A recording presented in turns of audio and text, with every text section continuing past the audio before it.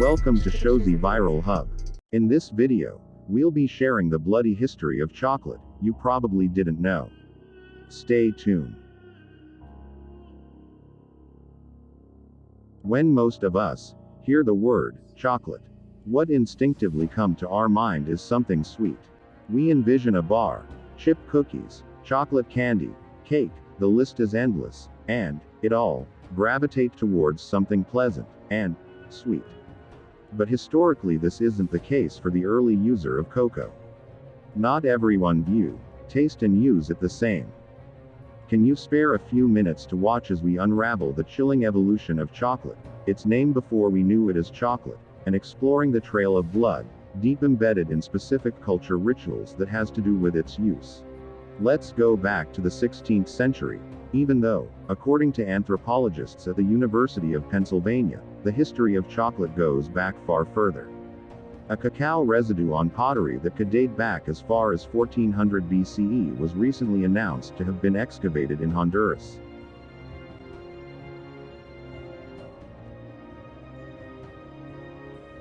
Chocolate. The name, chocolate, is derived from the Aztec word, zocotl, which referred to a bitter beverage made from cacao beans. Theobroma cacao, the Latin name for the cacao tree, meaning, food of the gods. Although the nomenclature can be misleading, most specialists nowadays refer to the plant or its beans before processing as cacao, while chocolate refers to anything made from the beans. Although it can also be a British variant of cacao, cocoa mainly refers to chocolate in a powdered form. It's difficult to pinpoint exactly when chocolate was created, but it's evident that it was loved from the beginning. Cacao beans were regarded valuable enough to use as cash in pre-modern Latin America for several centuries. According to a 16th century Aztec text, one bean could buy a tamale, while 100 beans could buy a nice turkey hen. Cacao was directly related with sacrifice in one annual ritual in Tenochtitlan. A male slave with a perfect body was chosen to mimic the great god Quetzalcoatl for 40 days, during which he was treated like the god himself, but kept locked in a cage at night, to ensure he would not escape. He had to dance as though he was perfectly content with his fate, on the eve of his sacrifice. If he didn't, the priests would make a drink from water and blood rinsed off of the sacrificial knives from prior sacrifices, and use it to make a chocolate gourd.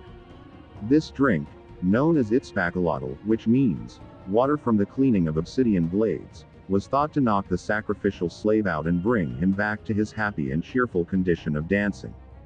The Aztecs were extremely dedicated to worshipping their gods, as evidenced by their ritual customs. It was a method for them to prove their commitment by sacrificing their blood. Furthermore, the inclusion of blood sacrifice with cacao in these various Aztec religious activities demonstrates the importance of cacao in Aztec society. Cacao held a special role in Aztec ritual belief, as evidenced by the Codex Fajevari Mayor. As a plant that represents the threshold between life and death, it's no surprise that cacao was sacrificed alongside the Aztecs' own human blood. Cacao was a natural product utilized in combination with Aztec rites, and notably Aztec sacrifice, because of its deep significance, especially in the religious framework of the Aztecs. It wasn't until Europeans explored the Americas and tried the native food that sweetened chocolate appeared. According to legend, the Aztec king Montezuma welcomed the Spanish explorer Hernando Cortés with a dinner that featured chocolate sipping, after mistaking him for a reborn deity rather than a conquering invader. Chocolate didn't appeal to the taste buds of the foreigners at first. One described it as a bitter drink for pigs in his writings, but once blended with honey or cane sugar, it swiftly became popular across Spain.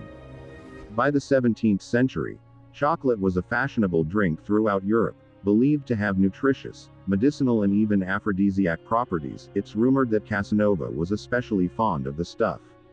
But it remained largely a privilege of the rich until the invention of the steam engine, which made mass production possible in the late 1700s.